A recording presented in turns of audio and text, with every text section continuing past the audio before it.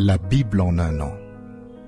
Daniel chapitre 8, Psaume 120, Proverbe 28, 25 à 26, lecture du 1er décembre. Un jour nouveau.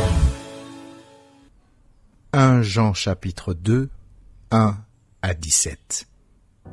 Mes petits enfants, je vous écris ces choses afin que vous ne péchiez point. Et si quelqu'un a péché, nous avons un avocat auprès du Père, Jésus-Christ, le juste. Il est lui-même une victime expiatoire pour nos péchés, non seulement pour les nôtres, mais aussi pour ceux du monde entier. Si nous gardons ses commandements, par là, nous savons que nous l'avons connu. Celui qui dit « Je l'ai connu » et qui ne garde pas ses commandements est un menteur, et la vérité n'est point en lui. Mais celui qui garde sa parole, l'amour de Dieu est véritablement parfait en lui. Par là, nous savons que nous sommes en lui. Celui qui dit qu'il demeure en lui doit marcher aussi comme il a marché lui-même.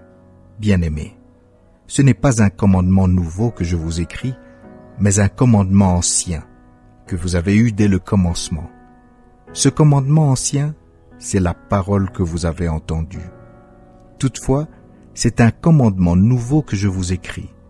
Ce qui est vrai en lui est en vous, car les ténèbres se dissipent et la lumière véritable paraît déjà. Celui qui dit qu'il est dans la lumière et qui est son frère est encore dans les ténèbres. Celui qui aime son frère demeure dans la lumière et aucune occasion de chute n'est en lui. Mais celui qui est son frère est dans les ténèbres. Il marche dans les ténèbres et il ne sait où il va parce que les ténèbres ont aveuglé ses yeux. Je vous écris, petits enfants, parce que vos péchés vous sont pardonnés à cause de son nom. Je vous écris, Père, parce que vous avez connu celui qui est dès le commencement. Je vous écris, jeunes gens, parce que vous avez vaincu le malin. Je vous ai écrit, petits enfants, parce que vous avez connu le Père. Je vous ai écrit, Père, parce que vous avez connu celui qui est dès le commencement. Je vous ai écrit, jeunes gens, parce que vous êtes forts, et que la parole de Dieu demeure en vous, et que vous avez vaincu le malin. N'aimez point le monde, ni les choses qui sont dans le monde. Si quelqu'un aime le monde, l'amour du Père n'est point en lui.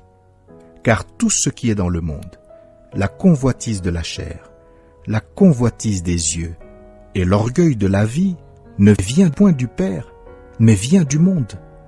Et le monde passe, et sa convoitise aussi. Mais celui qui fait la volonté de Dieu demeure éternellement.